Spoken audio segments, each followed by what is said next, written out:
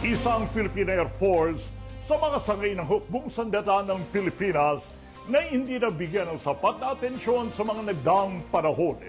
Pero sa ilalim ng modernization ng AFP, isang bagong pwersang panghimpapawid ang ating makikita sa hinarap.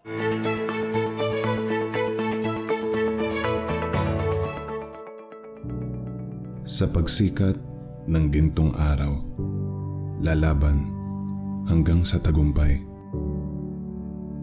Pananalig ang siyang pinakamalakas na daladala naming sandata.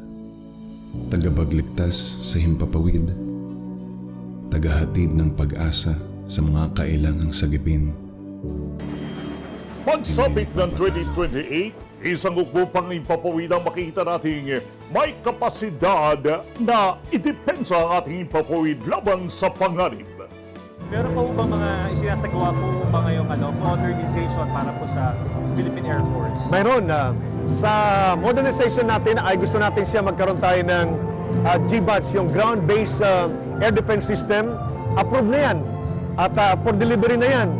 Mayroon tayong darating na helicopter galing sa Russia. Yung Black Hawk, darating na rin siya. 16 yan. And at the same time, meron tayong darating na yung ating ISR na ito ay importante sapagkat marami itong pwedeng i-perform, especially in terms of internal security operations at saka yung ating West Philippines requirements, and at the same time, yung ating HADR.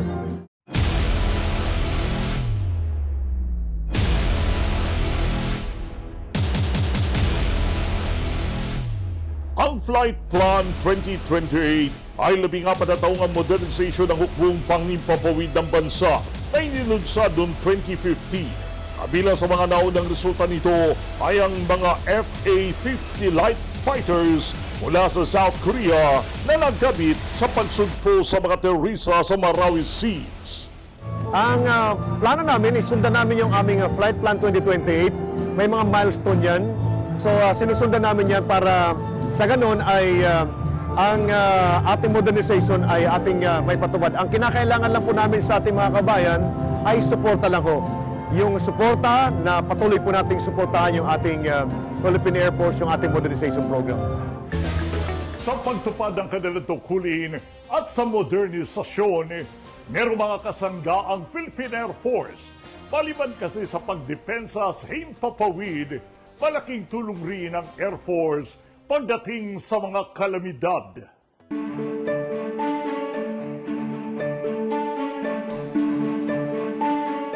Ito ay Stakeholders Awards Night at ito ang second year. Last year nagsimula ito at yung Stakeholder Awards Night is very important doon sa aming Flight Plan 2028. Kasi yung Flight Plan 2028, yung gusto namin maging more credible, more responsive sa ating mga kabayan in terms of serving them sa national security, national development ay kasamang stakeholder. Ang stakeholder engagement is an enabler kasi ang reality na yung pangailangan natin sa modernization ay hindi kayang punan lahat ng gobyerno. So meron tayong desired pero mayroong certain level lang yung pwedeng suportahan ng ating fund kasi ang kakumpit natin dito ay yung ibang mga basic services. Ang ginagawa namin is hanapin itong mga stakeholders na makakatulong sa amin para yung vision na yun na kami ay maging more credible, more capable organization that is responsive to national security and national development ay ma-attain natin. Especially in terms of serving our Filipinos sa ating disaster, natural calamities.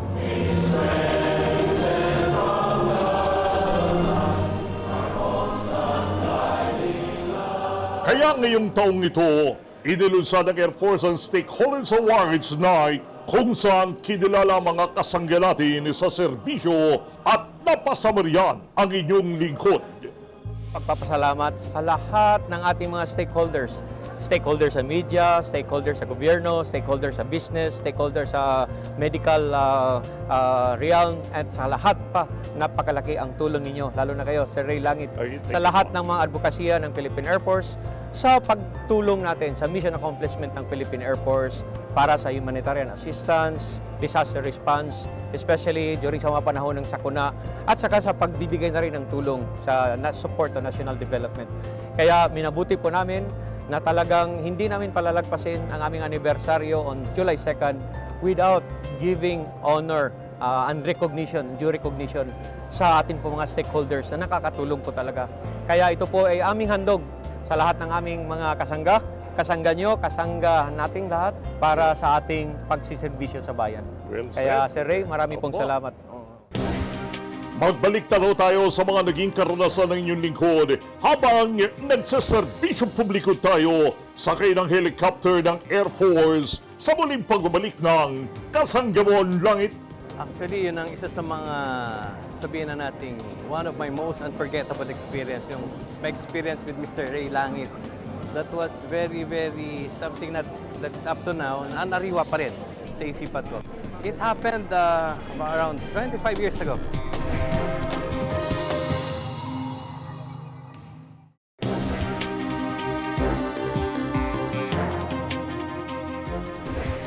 Isa ang ating kasanggang si Ray Langit sa mga kinilala ng Philippine Air Force sa kanilang Stakeholders Awards Night.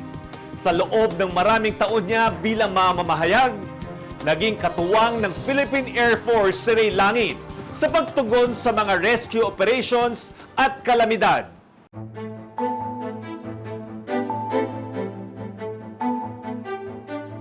At sa mga mapanganib na insidente tulad ng pagpasok sa teritoryo ng Abu Sayyaf, mapapatunayan ang kakayahan ng ating mga piloto. Doon sa mga landmark and achievement po sa career, ang partnership ko sa PAF hindi makahiwalay.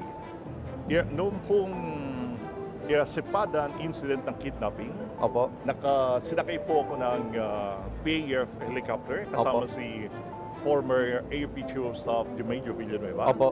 Pinagbabaril po kami ng mga Abu Sayyaf. At sa galing po ng piloto, nakaiwas po kami. Noong pong i-retrieve namin yung body ng BIR Commissioner Matic, Opo. ibinaon po rito sa Santo Tomas, Batangas, ng grupo nitong si Hector Mabilangan. Opo. I myself, very historical po yun, kasama ko si Ping Lacson, he was the PAOK-TF at the time, tsaka si Joseph Estrada, he was Vice President at the time. Opo. Pinaulan mo po kami ng grenade launcher. Grenade launcher with the help of PAF helicopter, nabugaw po sila. Opo. They saved our lives. Isa marahil sa mahirap kalimutang karanasan ni Ray Langit kasama ng Air Force ay nang sumama siya sa rescue operations nang sumabog ang Mount Pinatubo at dumaloy ang lahar. During that time, I was assigned in Clark Air Base, Pampanga, and during those times, yun yung mga times na naglalahar. And nandoon kami at the time. I was flying the UH-1H.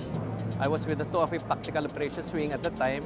And at the time, we were tasked na magkaroon kami ng aerial reconnaissance. So, ang mission lang namin, together with Mr. Ray Langit and crew, is just to look around.